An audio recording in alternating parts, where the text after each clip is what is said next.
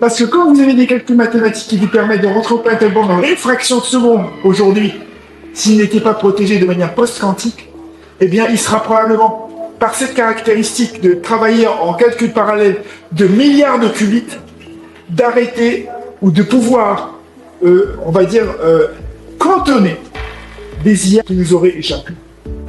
Mais aujourd'hui, dans les principes de développement de l'IA tels qu'ils sont aujourd'hui, tels que nous l'utilisons tous, on n'a pas la main pour pouvoir arrêter tout événement. Je ne sais pas si vous avez vu, il y a un film qui vient de sortir sur Netflix sur un ancien président des États-Unis qu'on appelle à la rescousse parce qu'il y a un malware.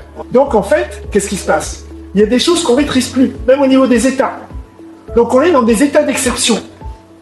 Et quand on est dans des états d'exception, on se retrouve à se dire, nous, le pays le plus fort du monde, des États-Unis, il y a des choses contre lesquelles on ne pourra pas lutter, ce sera le malware.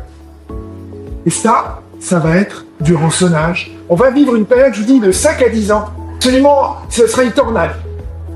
Et il faudra beaucoup de sagesse et de discernement de nos gouvernants, des grandes compagnies internationales, pour essayer de cantonner ce qui est en train de se passer. Et nous, qui sommes en train de préparer nos carrières, eh bien, on doit surfer sur la vague. Mais on doit toujours l'anticiper en disant, ok, ce que je fais aujourd'hui, faut que j'essaie de voir comment je peux l'amener à être encore un peu plus humain.